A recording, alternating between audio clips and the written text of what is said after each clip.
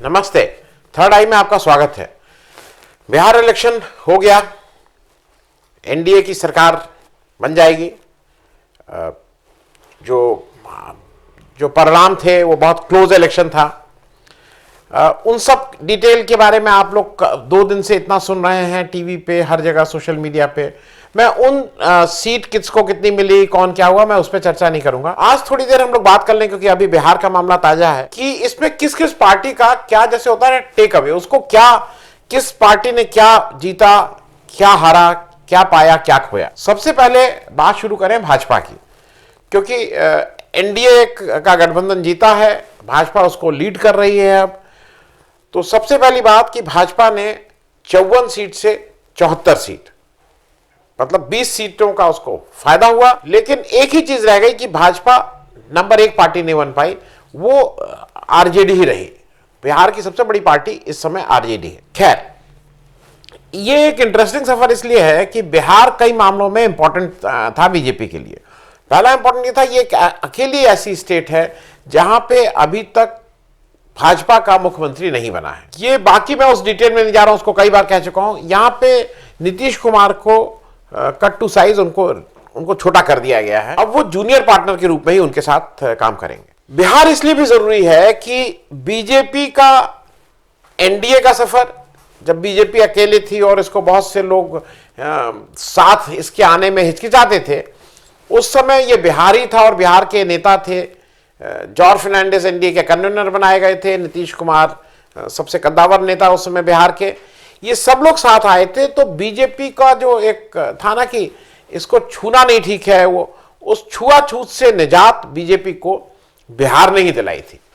और ये जब समता पार्टी उस समय की जब इनके साथ आई तो वो हुआ। अब वो पूरा एक तरह से सर्किल पूरा हो गया है। आज की तारीख में अब एनडीए से बीजेपी का सफर शुरू हो गया है। आज एक समय बीजेपी को एनडीए की जरूरत थी, आज बीजेपी के लिए एनडीए लायबिलिटी है। और अब धीरे धीरे बीजेपी ने भी साफ करना शुरू कर दिया है कि अब वो बीजेपी है, अगर किसी को आना हो तो साथ आ जाए। अब वो एनडीए का उतना नहीं है, क्योंकि उसका जो गठबंधन है उसमें केवल एक मंत्री रामदास अठावले, वो भी एक ऐसे ही मंत्री है, बहुत सिग्निफिकेंट, बहुत बड़ा मंत्रालय नहीं दिया गया, केवल एक मंत्री उनको कहने को उनके घटक दल का है, बाकी कोई मंत्री नहीं है। इसलिए बीजेपी की दृष्टि से अब वो फिर से बीजेपी अपनी ताकत से बिना एनडीए की बैसाखी के बीजेपी हैज अराइव्ड। दूसरा ये मुझे ऐसा लगता है कि बीजेपी का एक चीज और प्रूव हो गई कि नरेंद्र मोदी जैसा इलेक्शन जिताने वाला कोई नेता इस समय, बीजेपी तो छोड़ दीजिए, अभी देश में और पार्टी में भी नहीं है।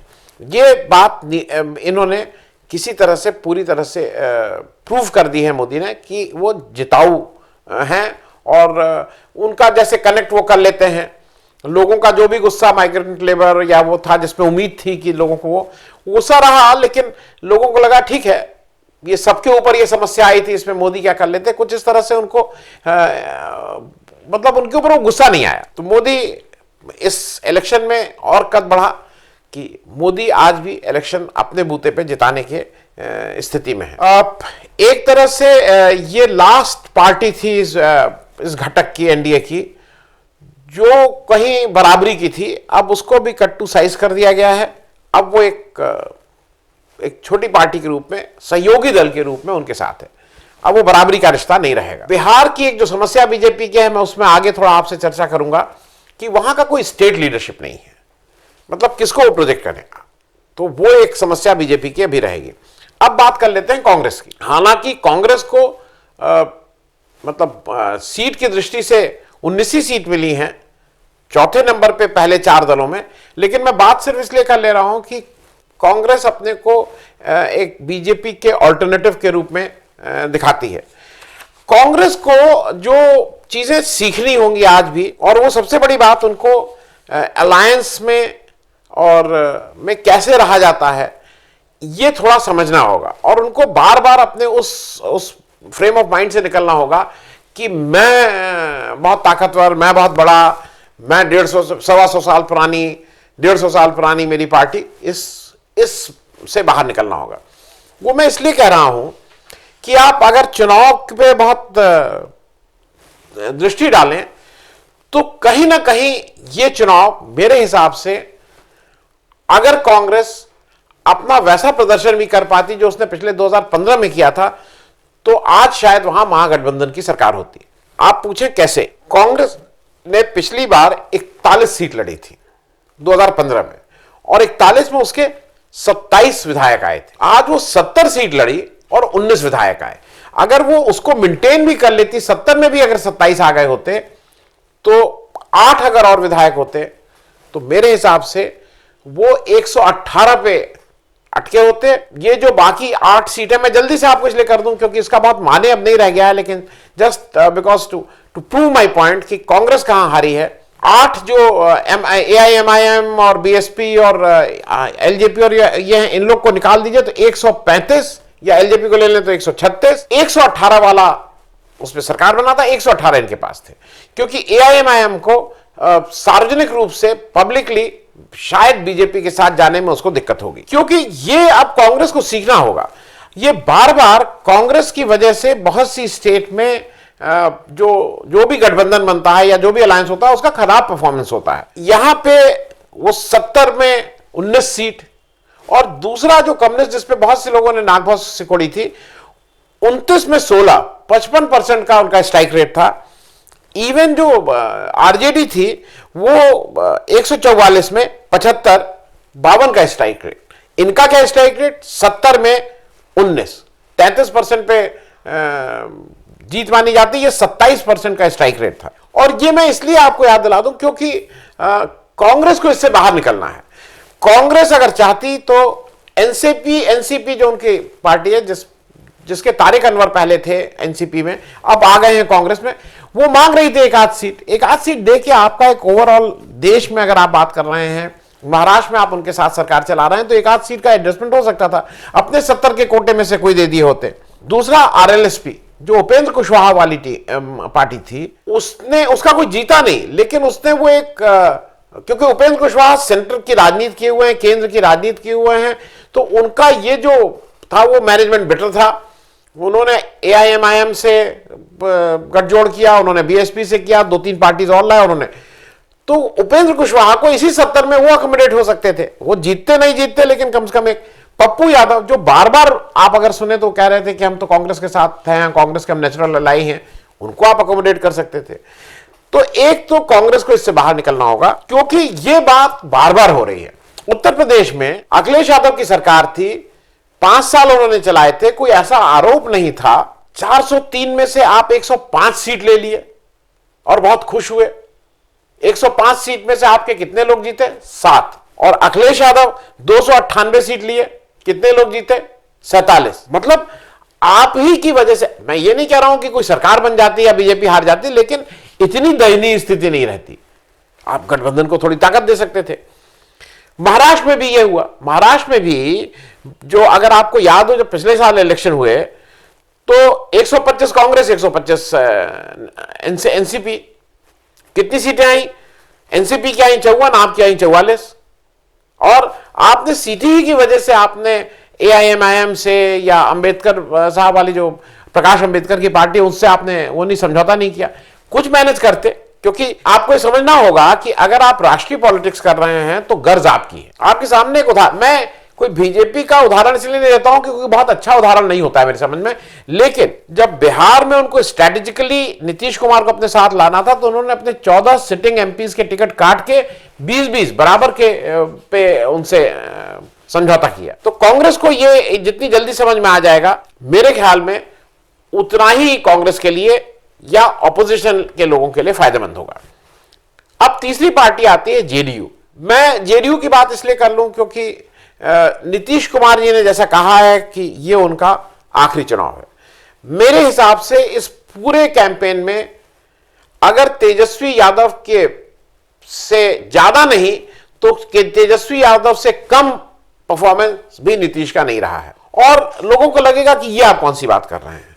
मैं सिर्फ इसलिए कह रहा हूं कि इनको 71 सीट थी, वो घट के 43 रह गई, 28 सीट इनकी कम हुई हैं।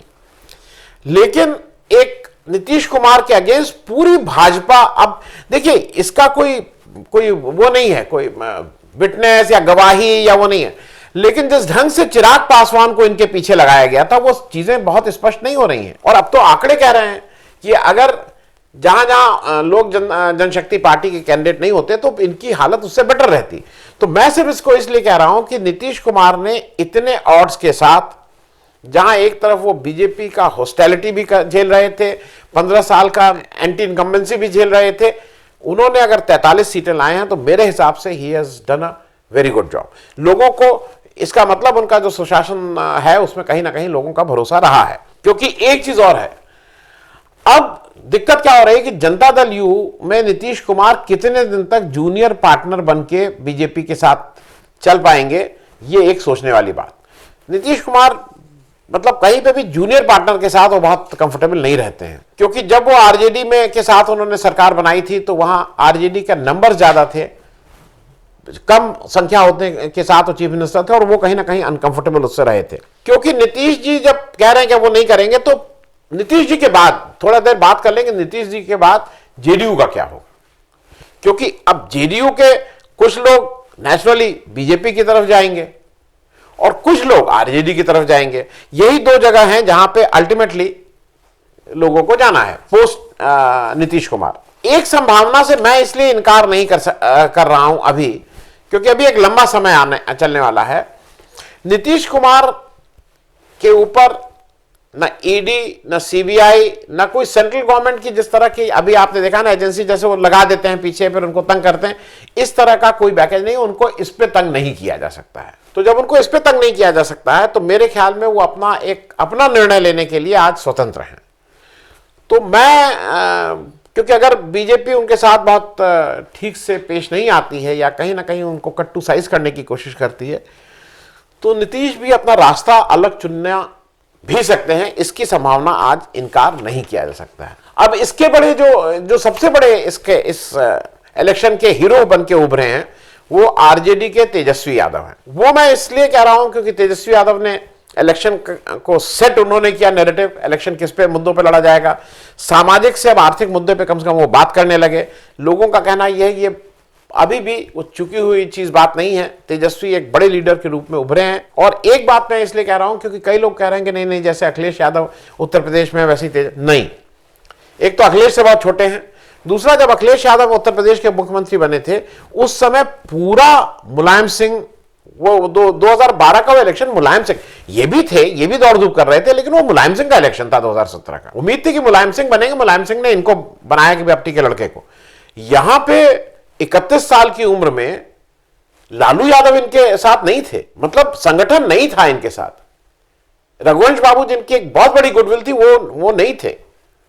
तो उसके बाद अगर तेजस्वी आए हैं तो जो भी उन्होंने किया है उसका पूरे पुण्य के भागीदार केवल और केवल तेजस्वी यादव है, इसमें कहीं कोई दो राय नहीं है। और उनका मैं मानता हूं कि एक तरह से जिस तरह से एक अखिलेश यादव ने मुलायम सिंह यादव को ट्रीट किया और कैसे उनको पार्टी से निकाला, लालू यादव का ये सब होने के बाद भी भाई उनके ऊपर भ्रष्टाचार, चारा घोटाला, जेल में बंद हैं, अभी तक कहीं से भी तेजस्वी की तरफ से इस तरह का कोई एक नहीं आया जहां पे उन्होंने लालू के साथ बेअदबी की हो। और मेरे ख्याल में लॉन्ग टर्म में ये चीजें माने जरूर रखती हैं, क्योंकि अब तेजस्वी यादव का एक तो एग्जाम पास कर लिया है और मेरे हिसाब से उनके 75 सीट आई हैं तो ऑनर्स तो मिल ही गया है, उनका डिस्टिंक्शन है इसमें। अब उनकी एक दूसरी परीक्षा शुरू हो रही है, जो बिहार की जो छोटी पार्टीज हैं, जीतन राम मांझी, मुकेश सहनी वाली पार्टी, भाई ये पार्टीज भी तो इधर उधर जा सकती हैं, क्योंकि बीजेपी पूरी कोशिश करेगी कि जीतन राम मांझी और मुकेश सहनी की पार्टी को या तो अपने में मर्ज कराए या उनके विधायक उनके साथ मर्ज हो जाएं। दो में से एक चीज मेरे हिसाब से होना ही होना है, क्योंकि अदरवाइज ये लोग हरदम एक खतरा रहेगा कि ये इधर जा सकते हैं उधर जा सकते हैं। अब तेजस्वी को इन लोगों को हैंडल करना है, तेजस्वी को उपेंद्र कुशवाहा को कैसे हैंडल करते हैं, तेजस्वी पप्पू यादव को कैसे हैंडल करते हैं, ये जरा देखने में इंटरेस्टिंग होगा, क्योंकि अब ये दूसरा एग्जाम पप्पू इनका ये होगा। और एक और जगह मैं अभी भी मान रहा हूं कि तेजस्वी यादव जनता दल यू में और खास करके नीतीश कुमार को कैसे हैंडल करते हैं, ये भी देखने में इंटरेस्टिंग होगा। क्योंकि जो उनका कुनबा है 75 लोगों का, ये उनके लिए इंपॉर्टेंट है कि उनको जोड़ के कैसे रखते हैं, क्योंकि जैसे और जगह पे हुआ है, ये हम और आप देखे हुए हैं बार बार कि कैसे इस पार्टी को तोड़ा जाता है, कैसे लोगों से रिजाइन करवाया जाता है। मध्य प्रदेश में सारे एक्सपेरिमेंट हो चुके हैं, तो कोई नया एक्सपेरिमेंट नहीं करना है। तो पूरा जोर रहेगा कि किसी तरह से आरजेडी को भी तोड़ा जाए जल्दी से। चिराग पासवान, मेरे हिसाब से चिराग पासवान के पास अब बहुत ऑप्शंस नहीं बचे हैं। एक तरह से उनकी पार्टी तो धाराशायी हो ही गई है। हम तो डूबेंगे सनम, तुमको भी ले डूबेंगे, वो वाला काम किया है। मेरे ख्याल में शायद चिराग पासवान, जैसा मुझे लगता है, वो बीजेपी में जाएंगे, वो फुल टाइम बीजेपी ज्वाइन करेंगे। मेरा अपना ही अनुमान है। मैं इसलिए इसको कह रहा हूं क्योंकि वो कह रहे हैं ना, मैं हनुमान हूं और राम है, ये सब उन्होंने कहना शुरू कर दिया है। बीजेपी भी एक कोई यंग लीडर ढूंढ रही है। बीजेपी के लिए भी सामने चुनौती तेजस्वी यादव रहेंगे। जब भी वो बिहार की बात होगी तो उनके लिए भी सूट करेंगे अगर तेजस्वी के सामने चिराग पासवान को, वो एक बीजेपी के दलित हैं, इस लीडर के रूप में उनको प्रोटेक्ट करती है। एक पार्टी की और बात, AIMIM 5 सीटें जीत के आई है। उसके ऊपर आक्षेप हरदम ये लगता है कि वो बीजेपी की बी टीम है, और उसका एक ही कारण है कि, और वो कहते हैं कि भाई मैं तो बीजेपी के अगेंस्ट हूं और ये हूं, लेकिन उसका एक कारण है क्यों उनको कहा जाता है वो बीजेपी की बी टीम है, क्योंकि आप जरा सुन लीजिए। और ये मैंने बीजेपी की जो ऑफिशियल साइट है वहां से ये भाषण उठाया है। अकबरुद्दीन ओवैसी का भाषण महज भाषण नहीं, बल्कि उसके मुंह से निकला एक एक शब्द राष्ट्रद्रोह को बढ़ावा देने वाला और बेहद भड़कीला था। वो पूरे देश में आतंक फैलाने की फिराक में था। 15 मिनट के लिए पुलिस को हटा लो, बता देंगे किसमें हिम्मत है, कौन ताकतवर है। हिंदू मुसलमान में दंगे करवाने के मकसद से उसने ऐसा भाषण दिया। बीजेपी की ऑफिशियल साइट उनके बारे में क्या कहती है, उनके और उनके भाई के बारे में वो क्या क्या बातें करते हैं, लेकिन आज तक आपने सुना यहां पे कोई फोटोग्राफर, जर्नलिस्ट दाल, मिड डे मील में दाल की जगह पानी, गर्म पानी और हल्दी डाल के दिया जा रहा था, उसको उसकी फोटो खींच के खुलासा करता है, उसको जेल में डाल दिया जाता है। ये क्या कर रहे हैं इन दोनों भाई, इन ओवैसी ब्रदर्स को? आज तक आपने कभी सुना कि इनको जेल में डाला गया या इनके ऊपर राष्ट्रद्रोह का मुकदमा लगा, NIA लगा? नहीं ना। तो इसका मतलब कहीं ना कहीं ये सूट करता है जिस तरह की पॉलिटिक्स ये करते हैं। एक दल ऐसा है जो बड़े दल के रूप में उभरा है, मतलब वो 5वां सबसे बड़ा दल, कम्युनिस्ट लोगों का एक, वो 12-2-2, CPI 2, CPM 2 और CPI-ML 12। मेरे हिसाब से ये एक अलग तरह का रिवाइवल है कम्युनिस्ट पार्टी का। उसका एक कारण यह है कि बिहार में वो अंबेडकर वाला जो दलित उत्थान, दलित आंदोलन, वाम सेफ, ये उतना नहीं है जितना वो नक्सल आंदोलन से प्रभावित वहां का है, और उस स्पेस को CPI-ML भरता है। CPI-ML की जो यूथ विंग है आयसा, वो बहुत ठीक से पॉपुलर है युवाओं के बीच में। तो आने वाले समय में CPI-ML को भी वो उतना संजीवनी मिल गई है कि वो 12 सीटें उसके पास आ गई हैं, और मुझे लगता है कि कहीं ना कहीं अब कम्युनिस्ट भी का एक रोल फिर से आप देख सकते हैं। अब चलते चलते लास्ट में मैं जल्दी से आपको 3 चीजें बता दूं कि बिहार को अब मैं आगे कैसे देख रहा हूं। पहली चीज, बिहार पॉलिटिकली अस्थिर रहेगा, क्योंकि जो भी इनके पास NDA के पास इस समय बहुमत है वो बहुत कंफर्टेबल नहीं है। उसमें से भी हम और VIP पार्टी को अगर निकाल दें तो वो बहुमत नहीं है इनके पास, मतलब अपने और JDU के। दूसरा ये है कि उन्होंने नीतीश को जूनियर पार्टनर बना दिया है, JDU को छोटा, कम उन्होंने ये इसमें वो हो गया है। अब वो चीफ मिनिस्टर कौन बनते हैं, कैसे बनते हैं, नीतीश की JDU के मंत्री कम होंगे, ये सब जो बैलेंसिंग है ये भी कहीं ना कहीं काम करेगी। और एक बीजेपी में एक बहुत मेरे हिसाब से एक इंपॉर्टेंट चीज और हुई है, और वो बीजेपी का जो इंटरनल पावर स्ट्रगल है उसमें कहीं ना कहीं उसका वो मैसेज जाएगा। लोग कुछ कहें, अमित शाह बिहार इलेक्शन से नदारद रहे, पूरी तरह से मोदी जी ने अपने कंधे पे लेके उस पूरे इलेक्शन को लीड किया, जीत दिलाई, और वो जो JP नड्डा हैं वो वहां पे बिहार पे खूब जाने लगे। तो वो जो एक internal power struggle of BJP है, जो अभी तक देखता है कि मोदी प्लस अमित शाह, वो बिना अमित शाह के भी कुछ लोग जो भी बीजेपी में जिनको लगता है कि अमित शाह के आने की वजह से उनकी हैसियत कम हो गई है या उनको कम पूछा जा रहा है, उन लोगों को भी कहीं ना कहीं स्पेस मिल रहा है अपनी बात या अपनी शक्ति या अपनी बात फिर से कहने का। धन्यवाद। अगर आपको दी पब्लिक के कार्यक्रम पसंद आते हैं तो इन्हें लाइक करें।